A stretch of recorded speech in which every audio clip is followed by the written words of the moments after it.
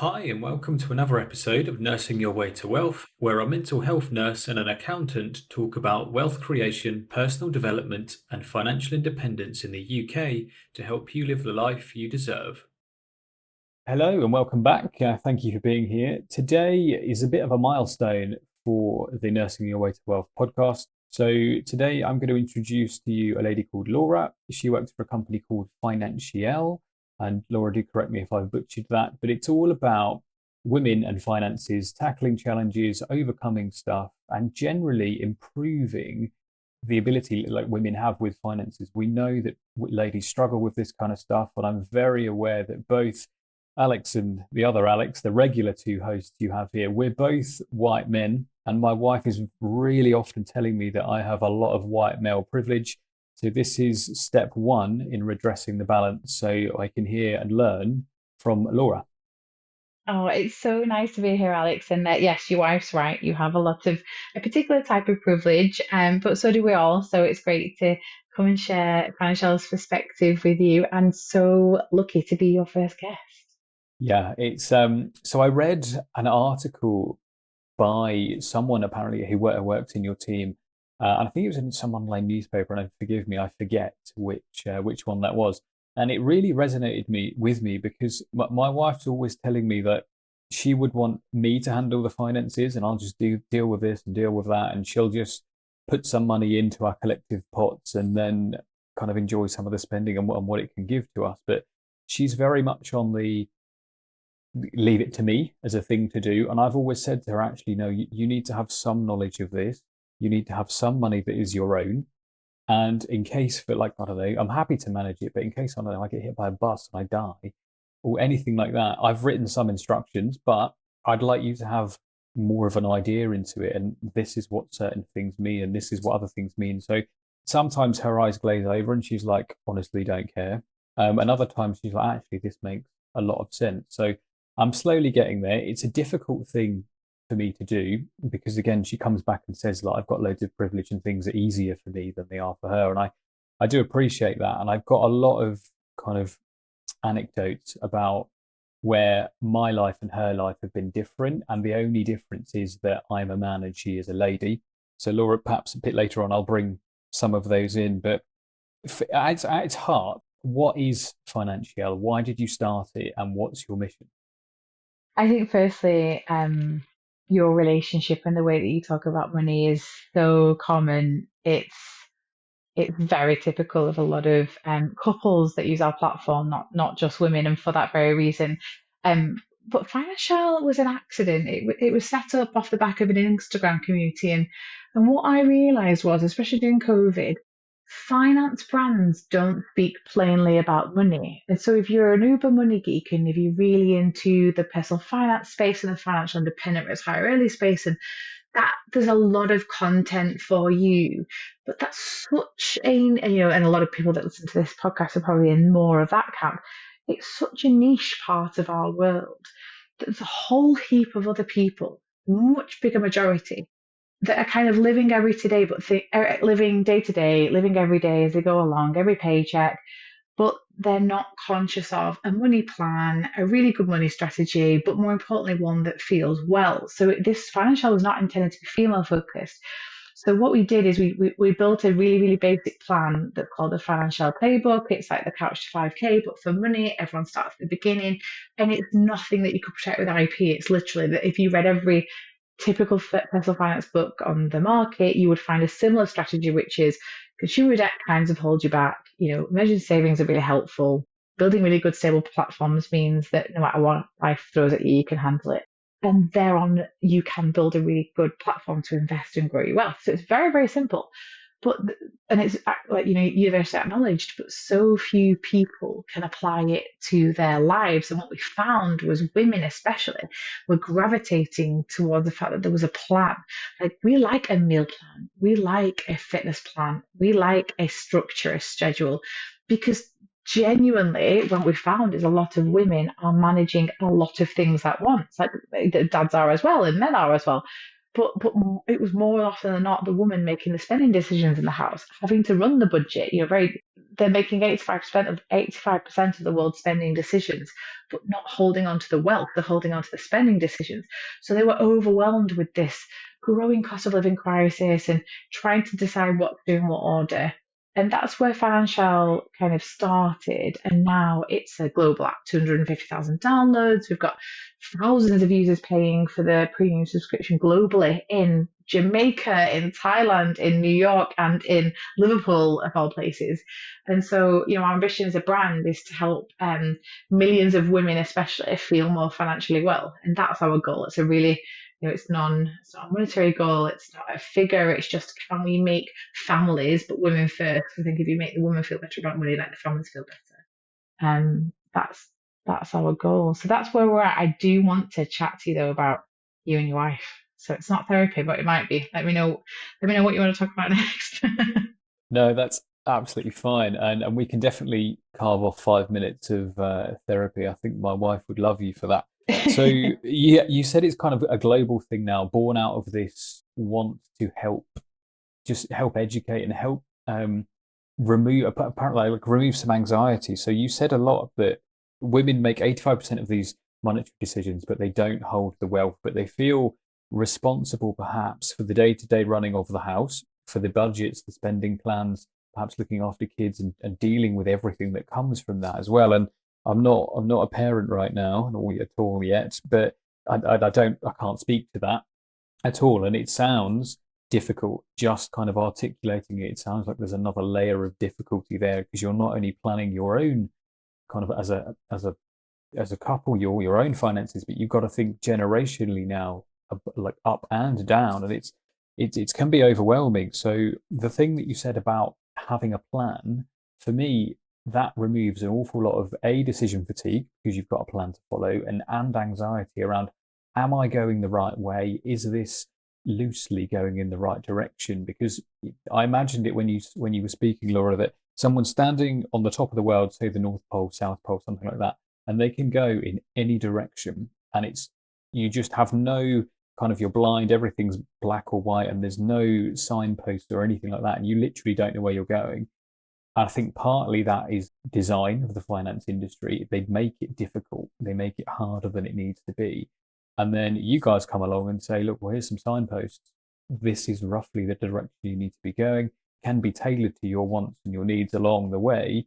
And I think that's why it's become so popular. You have people listening from Jamaica to Liverpool and everything in between, which is lovely. And do you feel like, have you had feedback from people who are using the app and people who listen to your own podcast and your kind of output as well? Definitely. And so when you said the words removing the overwhelm, that is it. That is our space. So the financial services industry has been designed for a long time, typically by men for men. So you can go way back, and the banks were built by men for men. It wasn't until recently a woman could get a credit card on her own and a mortgage on her own. Not quite within my lifetime, but not that far prior. So that's crazy. And most men nowadays would be like, "Are you absolutely kidding me?" It would just feel so weird because that's not kind of luckily where we live now. But that's not been that long. The family point that you make, Alex, is very, very important. It's this extra layer that just creates a whole different dynamic. But on the very basic level, even pre-children, typically in a male and female relationship, it's the female that will kind of arrange like the basic bills, not always pay them all, but kind of like, arrange them, the providers. They'll do the food shop, the disposable and the flexible spending in a budget. There's two things that are the biggest moves in a budget, because your fixed expenses are kind of decided together. Your rent, your mortgage, your bills are kind of your council tax, they're set. You can shop around for some insurances a little bit, but your fixed expenses are kind of set by the market. You can optimize them a little bit. Your next two categories of your typical budget, especially that Financielle run, are your sinking funds and your flexible expenses. And all of these are within the household's control. So your flexible expenses are things like the grocery budget, the hair and beauty budget, the clothing budget, the garden budget, all these things that if you spend in a month, you've kind of, or a paycheck, you've got the option to flex up, flex down, be bougie, be not be bougie, like all these decisions, if you're in, whether you're doing online ordering, whether you're doing Deliveroo, or whether you are going to the supermarket, the decision fatigue you talked about is massive. if you can, at least set a budget for that, it gives parameters to work within. Whereas if no one wants to set a budget for that, it's usually down to the person that does that shop, that does that decision making, to try and balance the budget. And not a lot of people are good at balancing budget. We all get it wrong. The other point is sinking funds. So sinking funds are pots of money that you build for future expenses. They're not savings because they're planned for expenses. So it's not adding to your net worth really because you're going to spend it. This might be how much you spend on a holiday. This might be how much you spend at Christmas. It might be your house maintenance and your garden maintenance. It could be your car insurances because you pay for them in bulk.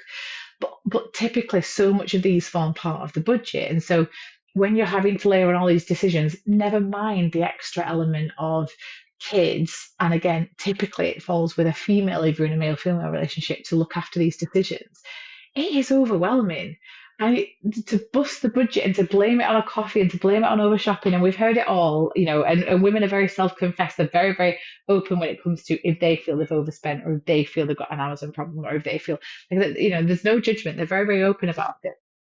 But if there's a plan for this and if both people in a relationship sign off that plan, then at least you know there's a plan. I think half the problem is if you don't have a plan, to your point, if you're at the top of the earth, which way are you walking? How long is it going to take you? And is that where you even wanted to go? Because you're not setting the plan together. And I feel like, we talked about your wife not really wanting to take much control in the budget. She's happy to kind of hand over her money and have you organize it.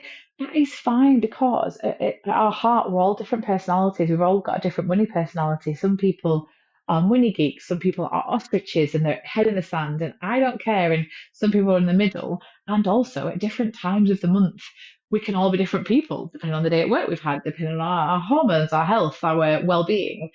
And so, what's really cool about managing money if you are in a relationship is one, knowing which person you are, because you're going to be one of them, but knowing who the other person is as well. Because when you can build a plan as a team, as long as you sign off on it, the administering can go to the money geek. That's fine.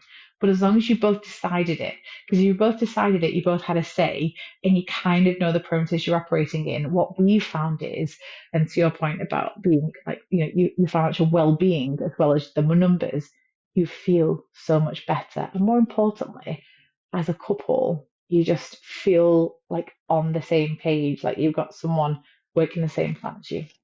You're pulling in the same direction. Yeah. Yeah. And I think as well, this is going to sound a bit weird, but I'll just correct one of the things you said about my own and my wife's kind of handling money. You said that she would hand money over to me, and that's actually it's not what happens. It's backwards. So what I do is I send her a chunk of my salary every month. Most of the bills come out of her account, and I would pay for other things like food, groceries, fuel for cars, and other kind of annual stuff. So she deals with the what we call regular kind of spending, so mortgage, council tax, water, electricity, other fixed things. I deal with more of the up and downy food budget, cars, maintenance, etc.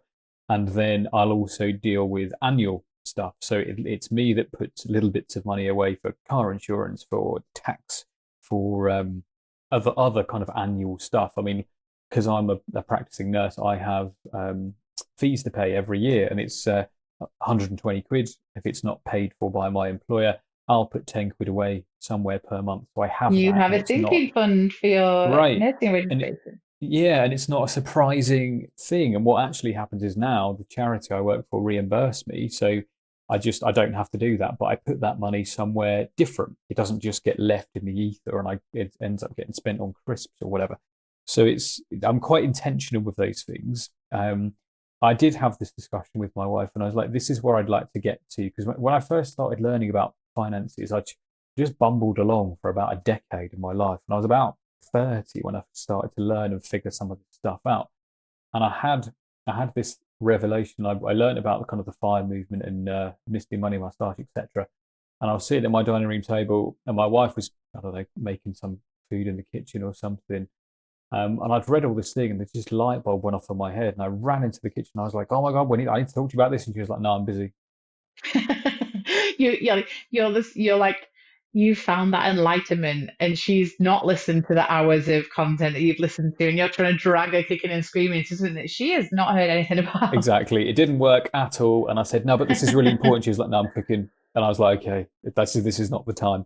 And it actually took a full year for me to get these ideas into her mind. And I did it by showing rather than kind of constantly saying the same thing. I evidenced it because she has a doctorate and she's a lecturer at one of our local universities. So she's very much showing me the evidence. Where's the research? So I was like, she's not going to listen to me about something I've read on a blog somewhere. What she actually needs is me to prove that the theory works. That is her bag.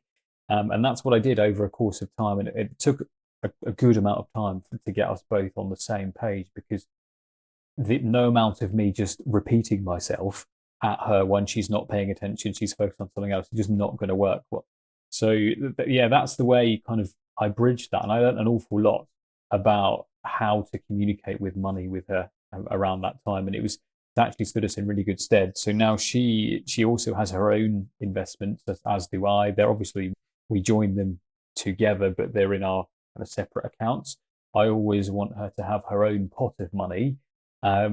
And she earns her money, she spends it on what she wants, and I do the same. But broadly, we have similar goals. And even though we're not going in an exact straight line, it's a little bit wibbly wobbly, we're both heading in the same general direction. And I think that's removed a lot of the, perhaps anxiety. Anxiety is probably a too strong a word, but a lot of the choice and the decisions and the overwhelm that we've faced before in dealing with everything that comes along with living in the 21st century. Oh, and I think that's so admirable. And I feel like it's one, respecting the pace at which someone else will come to the party, if that's the right party. Sometimes we're the wrong party, and some people are Uber savers and some people are Uber spenders. And I love that, because I also think that some people, in our community will go so deep into the FIRE movement and the, delayed gratification. And, we never know what's around the corner, and health wise and well-being wise, and actually life is for living. But it's also really tough out there. And if you want to get ahead financially in the cost of living crisis, there has to be some sacrifices. So then the saver can really help with that. And we've seen some great collaboration. I think what's lovely, and what I definitely benefit from with my husband, I definitely married someone with like-minded financial values. We're both anti-consumer debt. We both like nice things.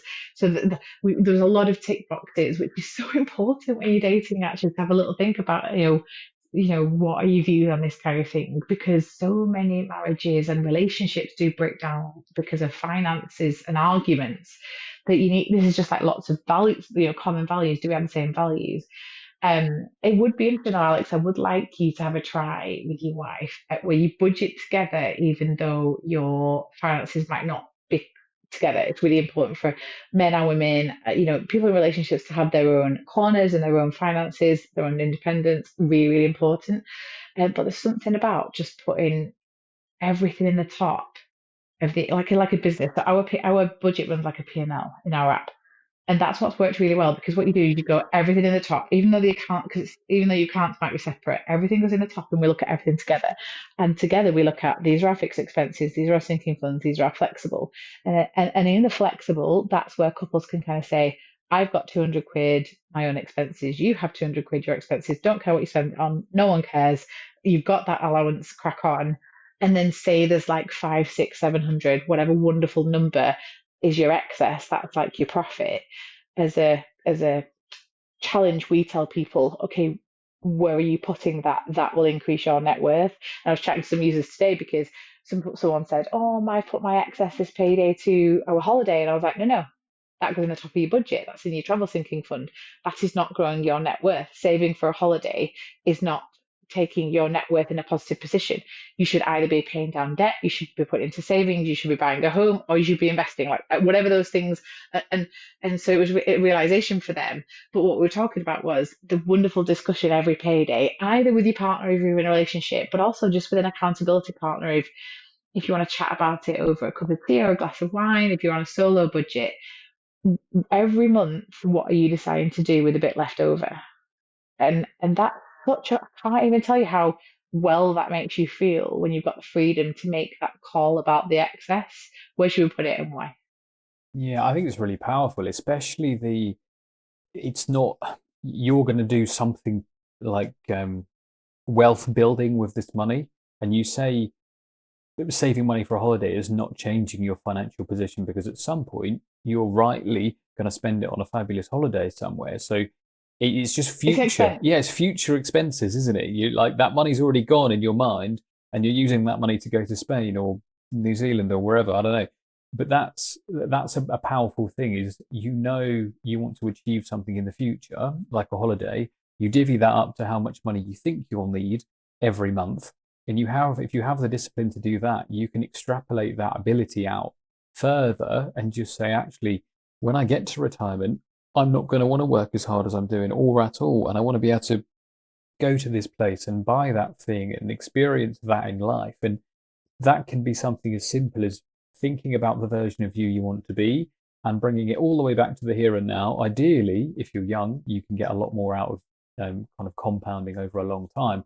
And something as simple as that is, this is where I want to get to. This is where I'm at. How can I bridge the gap? And then that's where somewhere like you guys come in and say, well, that's great. You have this plan. Now we can provide this roadmap for you from where you are now to where you want to be. And I love the idea that you make people question, is what they're doing wealth building or is it not?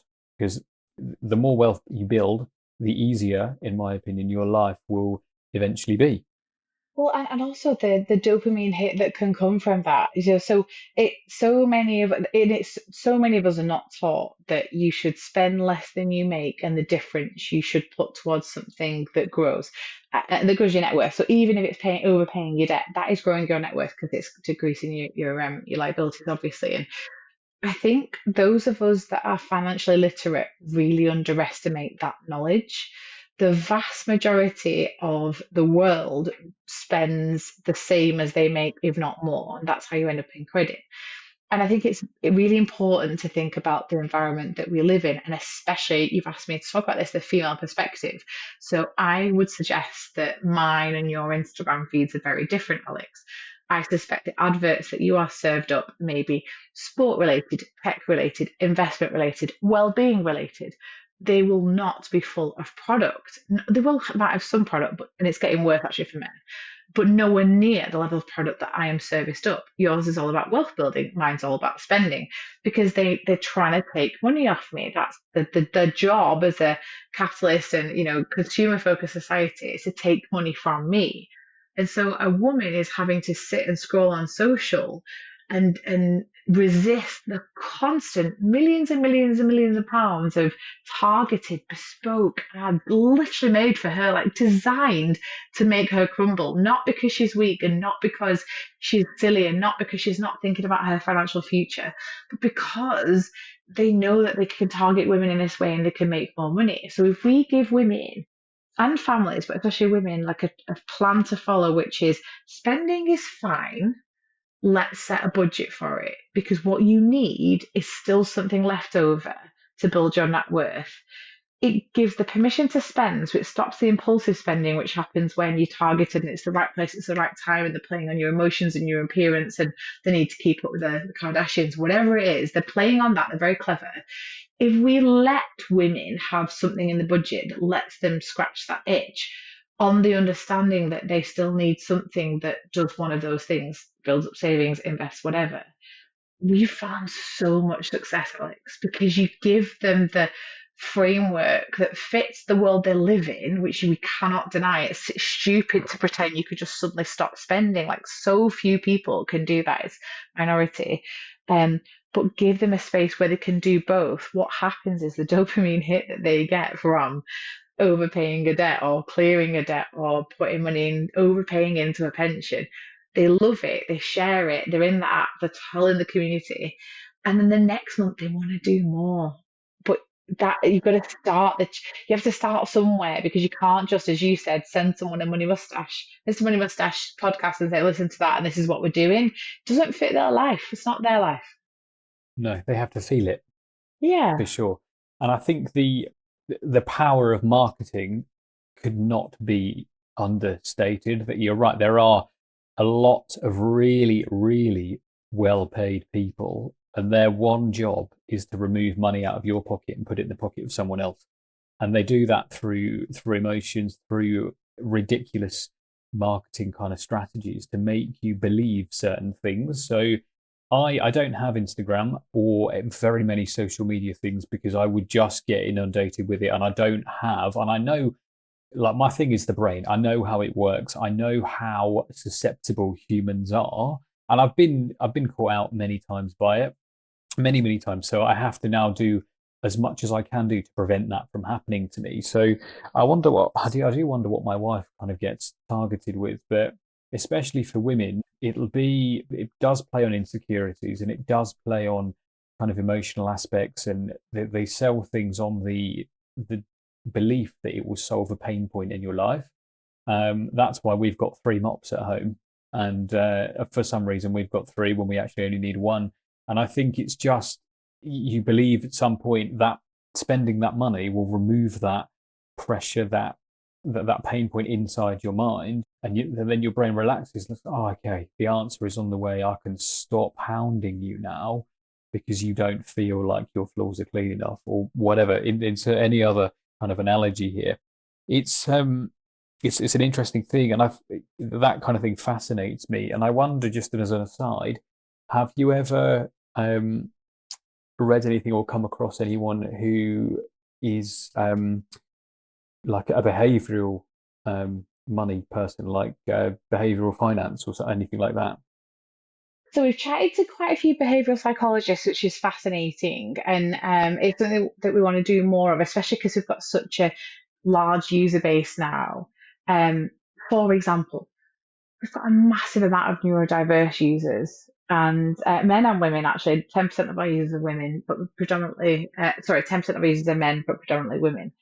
Um, but to the point where there's the overwhelm, but there's the real inability to understand how it connects to the bigger picture. So there's two tools that are really important now, right? There's the budget, which runs like a P&L, and every budget that you create, you're meant to put something towards something that grows your net worth. That's like the rule. And it depends on whether you are like in debt, if you're building savings, if you're investing. But the once a month check-in to build your net worth, to track your net worth, is really important. We've got a gorgeous net worth graph, which is meant to be accessible to everyone. So many people come in and think, oh, I don't have a lot, so I can't track it. Even if you've got a negative net worth, you should be tracking it, because it's about the trajectory. So if every payday and every month you can do something that builds your net worth, that pretty graph will go up whether you have plus million net worth, minus 100 grand. They're all consistent, they'll go in the right direction. And so many people have felt behaviorally that if I can build a plan and stick to it and then connect it to this long term goal, that I've finally understood how this is all working, but I don't have to focus on the long term. Give me what's right in front of me. I track it. I log in once a month and I do my net worth. And I reflect back and I go, oh, wow, look what I did. But I didn't have to think, oh, how do I increase my net worth by 20 grand? I didn't have to do that. I just did the small Mm. steps. The other One side to it sounds is, overwhelming, well, it and one really is does. not. Yeah, one and one is kind of, it's too big, I'll give up. There's no point. Whereas if we're like, no, no, you don't need to do that. You just need to build a budget, and at the end there needs to be something that is left that goes towards something that grows. But the other side to it is also this like impulsive spending.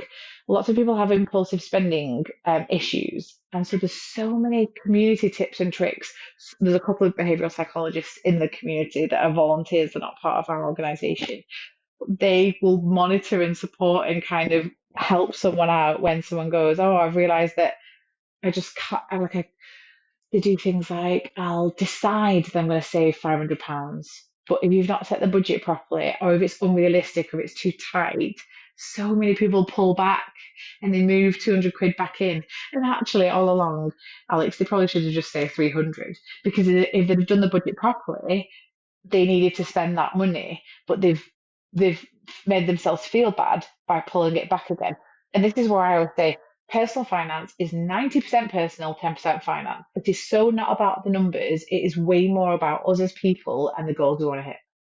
Definitely. And it's, if you set yourself something that's kind of unachievable and unreasonable, you're going to feel bad for not being able to save, say, that £500 and only being able to do 300. But if you're normally spending more and you can't save anything, or you save zero, 300 is massive to save. Like, that is a win in anybody's book. And just the being, no, not being, but having, like, setting your expectation of, this is how much I would like to save. How can I figure that out? And then to have an accountability person, like you said earlier, is it is it realistic?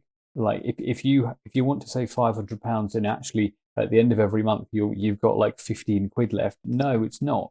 But if you have way more than that, and you're kind of wasting money on loads of different things, then yes, it's achievable. But I think working out exactly where you're at and exactly what can be done and what can't be done is powerful. And I think, as you say, whether your net worth is above zero at this point, or it's below zero, they can all track in the right direction, which is upwards and to the right. And I always think that seeing it visually is much more powerful, and gives you this feeling of accomplishment than just thinking, oh, okay, I'll do that next month, or this sounds difficult.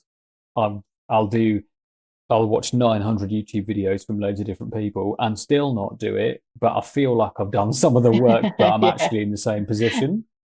Put your own progress. Like we compare ourselves much more closer to a Strava or a Peloton and a fitness based app, the way you track your progress and you see your progression rather than an expense tracker.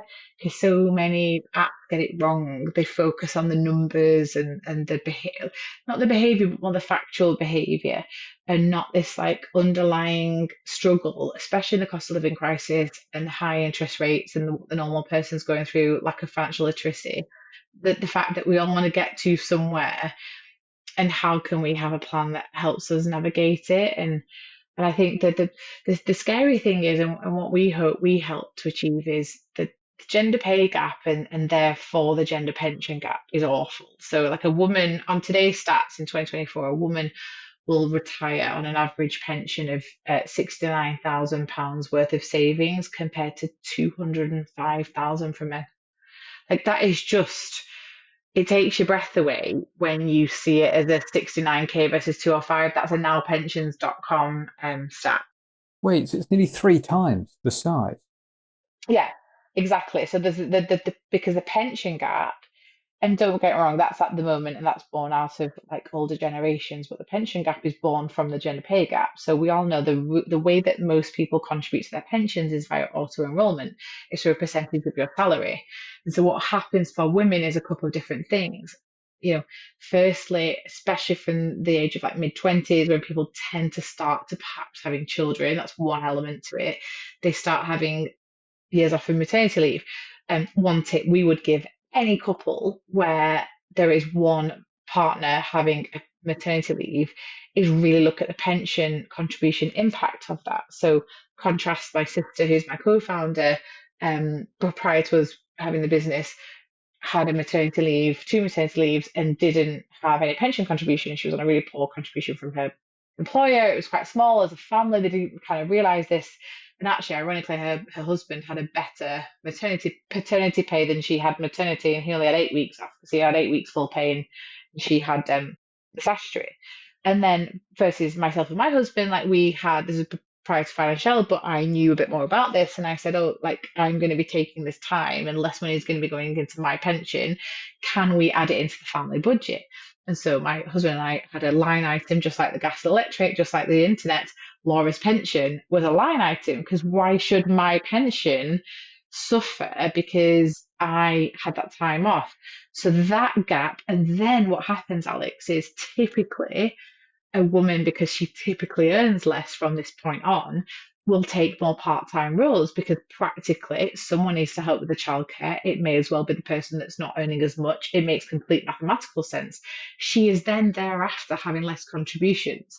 So is it any wonder? And there's a lot of other issues, obviously the gender pay gap. As women get older, the gap's gone, and you don't earn as much as men, and so there's loads of stuff there. So it's a real call to arms for anyone listening, especially if you're in a relationship, or if you've got a sister in your life or a friend in your life that's female, of childbearing age, or that could be in a position that isn't even wanting to be a parent or isn't a parent but is facing a pay gap issue, it impacts her pension. So this 69 grand versus 205 grand women, men is very real when you look at it with the compound element. And so if I can help families and especially women run a budget and encourage them to have something extra that can go towards something that grows. If I could help her ditch a debt and if I could help her buy a home, the next thing Alex is investing. And so it might not be a big macro help because there's a wider macro problem, but on the micro, where we help women and men as a family top up pension investments because of this kind of gap, we've ticked the gender pension gap. And guess what? We've made the family wealthier because everyone does better if the family's wealthier. And honestly, that's the biggest mind blowing thing that, for you and your wife to go away and think about is actually if parenthood suppose, which it might not be for everyone, but if it is, or even if it's just career breaks or part time works or pay disparities, she may earn more than you. What are we both doing about our pensions? Because it's really only fair that we're both equally looked after later in life. That's massive. And you said the word, it kind of blew your mind. It's literally just blowing my mind now that you guys have added a line to your budget, which is your, We have. but it makes absolute sense. Without that, you could go a couple of years whilst your kids are really young before they hit school or whatever, and not having those. And we know that adding money monthly to compounding kind of investments makes a humongous difference. And I love that you've added a line for that. That's massive. I mean, my wife and I, we earn very similar amounts. There's probably about £1,000 in it or so. Her pension absolutely dwarfs mine. She's part of the teacher's pension through the university, and the numbers that are going to churn out of this eventually, but mine may as well not exist. It's kind of, I get 6% from my employer, where she gets something like 21 or something Oh, ridiculous. wow. And I read it, Isn't and that a good example, isn't it, Alex? Of it's literally huge. vice versa, but it should be the same thing, which is let's just make sure we're both looking after our Yeah, future. huge. She asked me to look at it because I'm the financial nerd out of the two of us, and she said, like, I've had all this stuff through from the teacher's pension. I think she got something like 30 pages worth of like paper through in a humongous envelope. And she said, "Do I need to do anything with it? I know you've talked about pensions to me before and investing it in different places rather than default funds." And I was like, "Sweetie, I'm really glad you've listened to me and some of this has gone in. It's absolutely the right question to ask. But in terms of compounding and earning power, this teacher's pension will blow mine out of the water. I really hope we stay married for the long run because you're going to be far wealthier than me." You'll look after us. Yeah, yeah, yeah. Absolutely, Exactly. absolutely. What a wonderful place to be. But like you said, one that she asked and she was of interest, and that would be correct of any text, but also the fact that you come at it collaboratively, and it is so fascinating because there's only a certain number of people that are interested in this topic as a niche. It's so narrow. There's so few of us, Alex. Like so my job and our job at Financielle is, as I said, I keep saying it's not to dumb it down, but it's to make it accessible and relevant. So if we can phrase it with content, with a meme, with a oh my god, we've got a podcast clip on a similar topic where a woman said, "I want my husband to pay into my pension on maternity leave and he's not happy," kind of thing.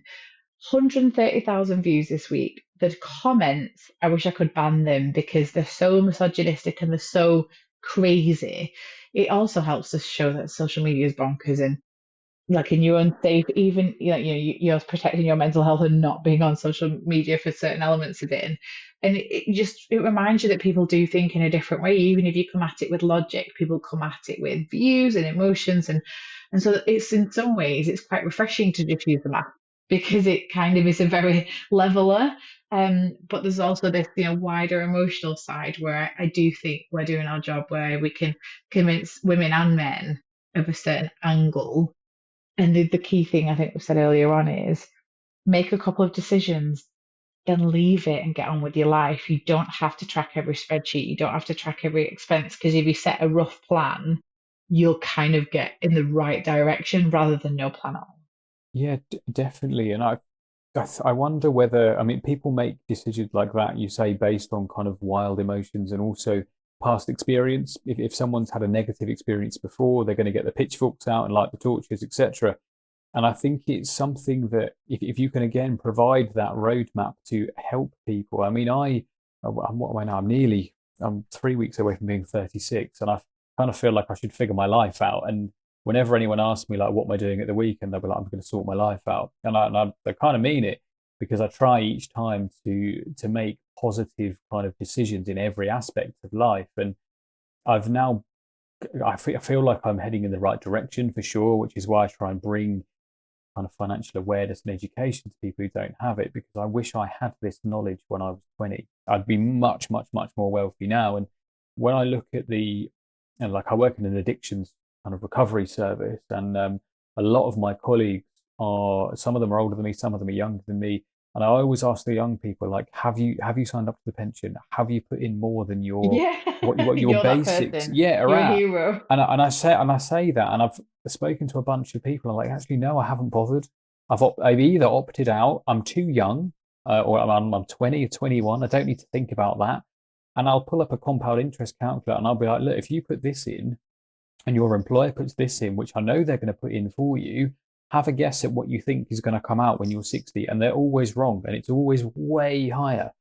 And I've steered people in the right direction and just said, look, these are the questions to ask, and this is what to do about it, because at that point, youth is on their side, time is on their side, and it really, really matters. And I am 100% that guy. And now more people in my workplace have said, like, oh, X says they've spoken to you about their pension. Will you just talk to me about this? Is this right? Am I thinking that I'm going to be, is this kind of going in the right direction? Do I need to do anything else? And it's real simple things that get, I say they're simple. They're not really, really simple. It's not 1 + 1 is 2, but it's stuff that your employer can and will do for you if you have a little bit of knowledge about it. And especially the charity I work for have like a higher maximum match than they freely advertise. And I only know it because I bugged the pension lady about it a lot.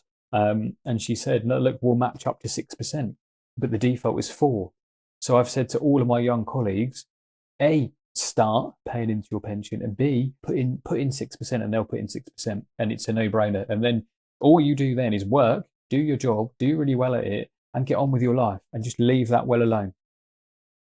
And good news spreads. So obviously, people, if you can pique someone's interest and you can just catch the right moment and get them to tell someone else, it is you don't ask, you don't get, but it is an awareness thing. Like if you don't know, and if you don't see people doing it that are like you, why would you do it? It's so interesting. We've got a girl on work experience with us this week, and at the end of it, I was chatting to Holly before, and I said, "Oh, how did she go at the end of the day? Because I had a meeting, so I missed her." And she said, "Oh my God," she was getting out of the car and she was like, "I used to have a job. I used to do." She's like literally 16, so first job. And she said, "I stopped it because I was a bit bored. Didn't really need lots of money, but actually for the summer I want this and I want this and I'd like to do this and I think I'm going to go get a job." And I was like, "Do you think, where's that come from?" I said, "I think she's been listening to us all day, a day in the office where we're talking about customers and people and the content and what we were talking about, student loans. Like she's a 16-year-old about to decide what to do with her life, and we've got someone in the office with £70,000 of student loans where she doesn't want to log in and find out what her loans are. This is all overwhelming. And so if you have those, like I call big brothers and sisters, so you're like people's big brother, where someone has that little nugget that's just enough to get someone to pay attention. And I think it's like that's why content is so important. Podcasts like this are so important. It's about the way that you frame something. So, the point about when someone says, I need the money, I don't need to invest in my pension yet. You've got two things. You do the compound interest exercise that you did, which is perfect because you can tell them Google compound interest calculator. They've done it in 30 seconds. But the second point is pretend that your salary was net of pension and you had no choice. Just kind of, if that was the salary that your employer just handed to you, you would kind of find a way to make it work. And if you couldn't, you would probably look for a pay rise or a bigger job anyway. So there's kind of this, oh, I can't afford it. It was like, well, what if that was just a salary? Because I think lots of us don't know if we went for a £30,000 salary, what the net would be. We just don't know that. You don't walk around knowing those figures in your head. So there's this kind of, well, work it the other way around, take it off, look at that net salary and budget that salary and see how you go. Because the quicker someone can say, my pension is out of sight, out of mind, or, and then my savings are, this is just what I do, and you just crack on, you're Becomes just kind of normal, not tempted. It's just normal. Someone's just becomes taking normal it for the pot. behavior, and gets Yeah. automated. You can then forget all about it and focus on the good stuff, just Which is enjoying life. also removing the overwhelm, because this is the thing. Like if you say to, I always use the example of, imagine if you had twin boys and girls tomorrow, so two boy and a girl, and you're playing Monopoly, and you start them all off with $200 each, but then you take 100 off your daughter because at 7 she's kind of still on the road to being paid less, and she's probably going to be heavily targeted by marketing more than your son is, and da da da. So you set her off with 100 and him off with 200 to go off into the world of Monopoly. And you say buy property and invest and make sure you have a good time and make sure you look good and make sure you do. And she's and make sure you invest. Don't forget investing, which I know we mentioned. And she's kind of going, I've only got 100, but he's got two. So the everyone's perspective is different. And so if You're you can already get disadvantaged. you're already disadvantaged, but your risk profile is different. It's not a like for like comparison because the risk profile is different. So you've more to lose because if you lose your 100, that's it. Whereas if the other player loses their 100, they've still got 100, and that's the reality of every day. And I feel like if everyone can sit and perhaps think about whether it's a person of color, or a person of privilege, or a person of like an immigrant, like wherever we've come from, have a little think about something as simple as saying, "Oh, you should invest in your pension because the compound's great." That extra bit of care to think what else could be going on for them, but how still could we navigate it? It's not that you go, so you don't need to do it. It's going, no, no, this is really good for you. It's good for you. It's good for your long-term progression, but how can we navigate it? It's really important. I think another thing that obviously with what you do, Alex, and what's interesting to me, and I think what Financielle does different is we're obsessed with someone's financial well-being. Absolutely obsessed. And so there's just so much out there that's not about someone's financial well-being. Like I think Klarna at one point had a financial well-being landing page. Like what? How can it? How? I don't like those companies particularly because it's kind of fools you into this sense of security, but actually then will hit you with huge late fees or whatever, and however they work. And I think it just stimulates overspending, and then they're immediately not wealth building, as you said earlier. And I just, Yeah, it's the wrong behavior. I mean, they're going to IPO this year, whether it's the US or London, but they're going to IPO and basically six very wealthy white privileged men, which is what we opened the call with your wife's comment, are going to make a hell of a lot of money from Klarna. And what does Klarna do?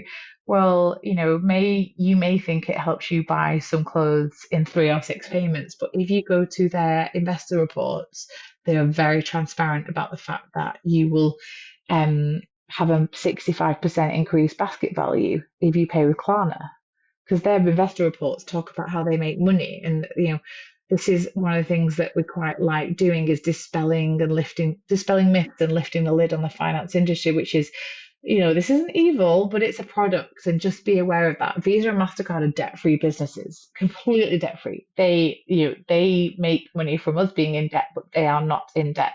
So as long as your eyes wide open to all of this on one side, and then making sure that you feel good every single paycheck, that you're doing something for today, something for the future, something that you have to do, like your bills, then gradually you are going to see progress, and the normal man or woman is gonna do well. They're gonna do well financially, but they're gonna feel amazing, and their financial health and mental health, as you are well aware, is so intrinsically linked that if we can help people feel like they're not on their own and that they can do it and there's an opportunity for them, that's just the greatest thing in the world. Absolutely greatest.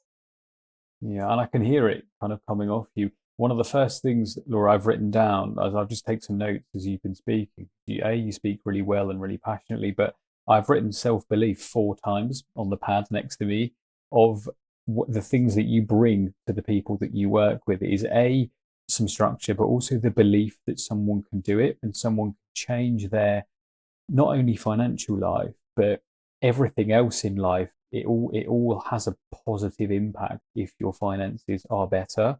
And it keeps becoming a common theme.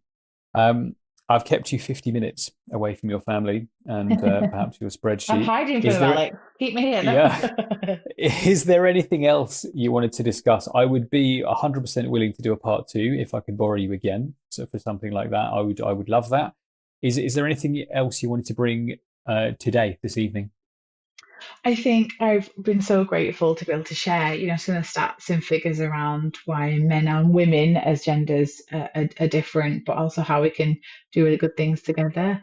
But I feel like, yeah, more of a closing comment would be you can focus on financial well-being more than wealth, as long as you kind of put in a couple of practices into place. And we've said that make sure that you pay your bills for today, try and stay away from consumer credit, because if you do, you're going to have excess money to one, save up for things in advance, which is the easiest but hardest thing to do. um Easy thing to know but hardest thing to actually do, and then make sure that there's an excess, that you every paycheck put something towards your net worth. You will one day look back and go, wow, look what I did. And that radiates through the entire family. It radiates through your friendship groups. If you start to do things like that, people will start to ask questions. It's kind of like a fitness journey or a health journey. They'll say, what are you doing? You seem calm. You don't seem to complain about money. You might not be rocking up in a Range Rover or like dropping the Chanel handbag. Oh, you could be, but it's not that. It's that you don't seem to stress, and that is an island of paradise for lots of people. And it kind of radiates across friendship groups and communities, and it's such a wonderful thing. And like I said, with the work experience girl with us today, like I'm just so proud of that she spent one day, 2 days, yesterday and today, but today the team were in and it was just a handful of us yesterday, talking about money in a positive way.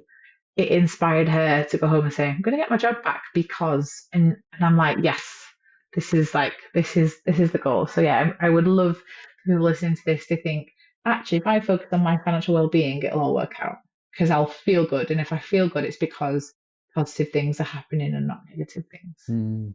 Brings a sense of calm and confidence, I always think. And Yeah. what an experience for that 16-year-old to not only come in to, I mean, be willing to go into that kind of area. It's a little bit niche, as we've said, but to really absorb everything that you and the rest of the team talk about, to going from learning it to taking action to get the job back to then start herself on this path at 16 is incredible. I mean, I'm more than twice her age, and she's going to do 8 times as good as me because she's learned this so young and she's taken action on it. It's humongous. Fingers crossed. But listen, they're all listening, they're all watching. Anyone in your life, especially young people, you don't have to tell them what to do. You just show them or you just talk about it. They are like sponges, and the sponges for the good things as well as the bad things. But yeah, no, it's really cool, Alex. But thank you so much for inviting me on and to share about Financielle and to chat with you today. I really enjoyed it. You're most welcome. Thank you for lending me your expertise and your time.